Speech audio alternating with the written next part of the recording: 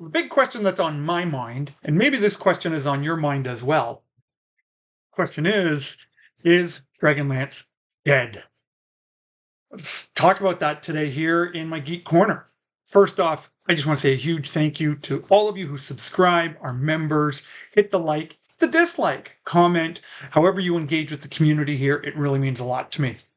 So I talked about this in a video a couple days ago about Joe Magliano's canceled Dragonlance series. Now, if you've not had a chance to watch this interview, I'm going to put the link to this full videos. It's almost 7 minutes long. This interview on comicbook.com on their YouTube page, talking about the end of the Dragonlance project. And Joe says these words here, which I think are really, really, really important. Listen to what he says here. No, they are not interested in developing Dragonlance currently. Now, they are not interested in developing Dragonlance currently.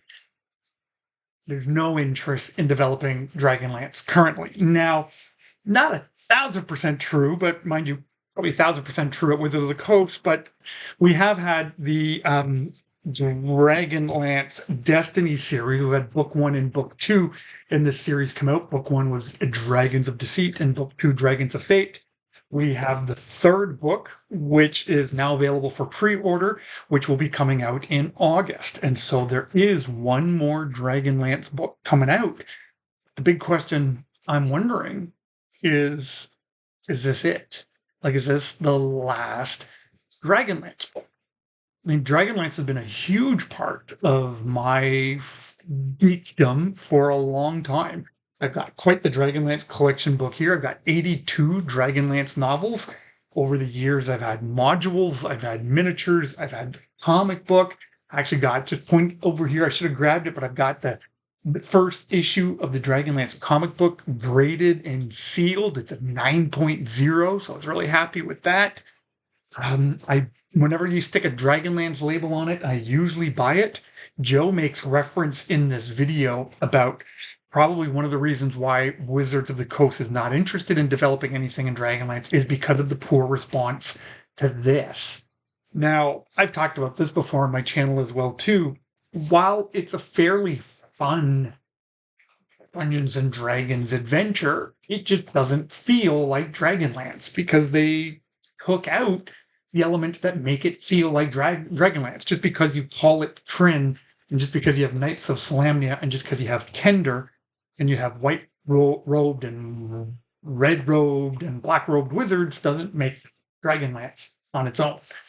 And so he talks about this and how this could be the culprit. He also talks about the game that failed. See, I'm not a hater. I buy this stuff. I really want to like it. Now, this game,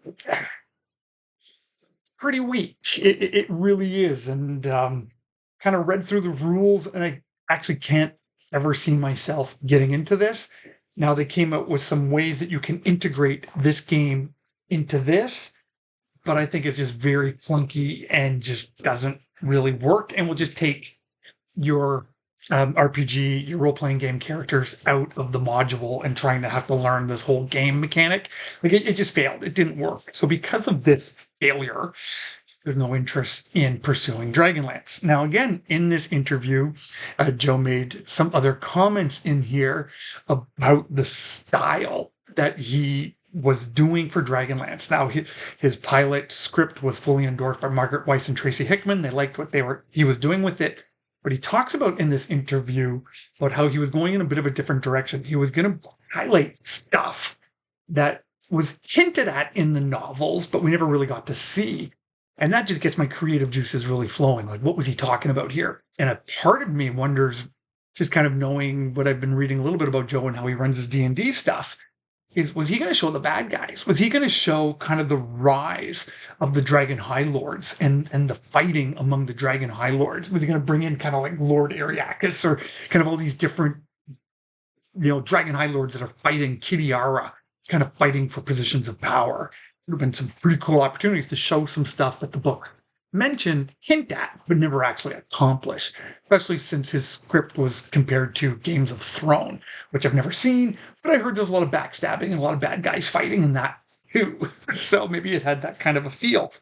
He also mentions in the interview that this book here, this module, Wizards of the Coast did not consult Margaret Weis, Tracy Hickman, or himself. Now, there is a lot of art in here, which is very different than the traditional view of Dragonlance and some of the kind of classic things that we're used to with Dragonlance. There's a whole different look. For example, like flying citadels in this look very, very different than what we're used to. Dragons and Takhisis, the Queen of Darkness, look very different than what we were used to. It's kind of like, this is like, what's this? You know? So was this some of the design stuff that he was doing?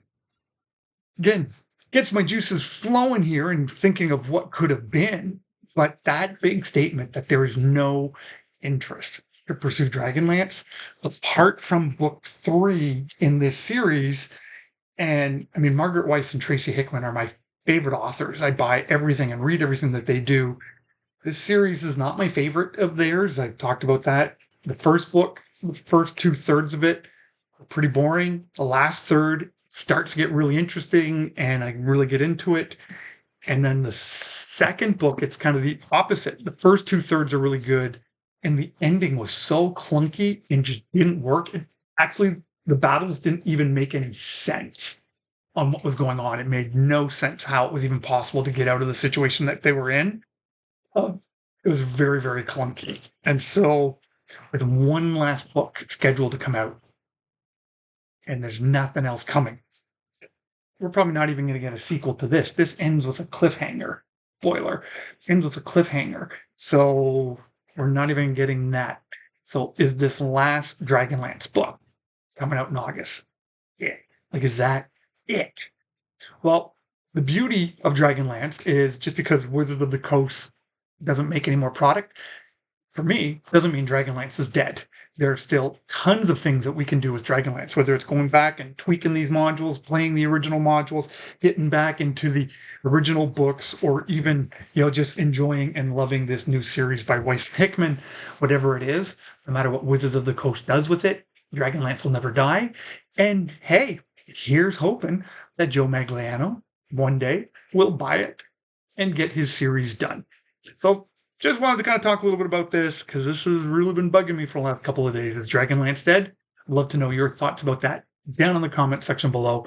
And again, really appreciate you being a part of the community here. It means a lot to me. All the resources that I make on YouTube go to support kids in Guatemala. So if you want to become a member or hit that like or that little tip jar thing, all that money goes to help kids in Guatemala. So again, thank you so much for being a part of the community. We'll talk to you again real soon. God bless.